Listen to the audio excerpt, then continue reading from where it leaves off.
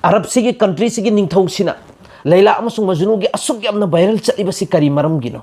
Majnu na Laila sida asuk yamna ngaujari si kari maram gino Laila si kayamna phajaram gadabano Laila si aduki matik phajaram gani Arab country gi ningthau sigi wakhalon da lairi bas ningthau sina no manumit amadi Laila si yeng nangai gi damaktani na magi manai sing sida tharaga kawhallure magi mamang sida Laila si changakpa matam sida angakpa machan khreba magi mai thungchi uba matamda kari maram gino hi matamda magi jenda leiri basidi ningthaugi jenda Laila si aduki matik phajaram ganena adubu man hek uba matamda di Arab manung sida mangon de hena thiba nupi am phoba leiram dreba khwaidagi thiba amasung khwaidagi mubi adugum labi nupi amanebo ori bas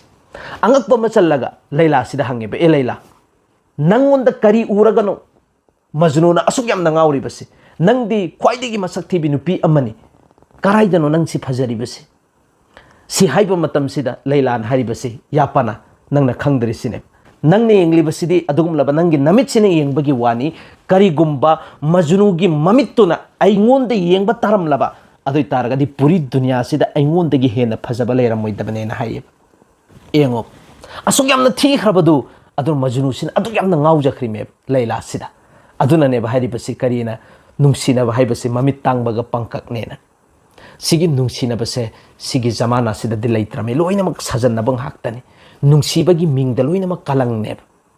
asinga makyoina aduk yamna nungsire na haire adui targa di kari maram gino bano khoina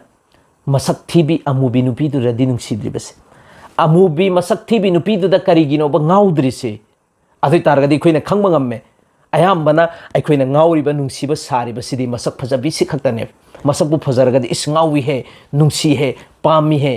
se asingba nungsiba natte balke magi phajabadu adugi apambadu aigi thamoi sida yaubaneba nungsiba dinatte aduna pamba haibaga nungsiba haibaga khetneiba pami basidi magi haksang du khaktane ba pamli basi magi phajaba maithong du khaktane ba aina pamli basi aigi thamoi manungda yauriba apambadu pangthokna aigi damaktane aina pamiba amasung nungsiba sariba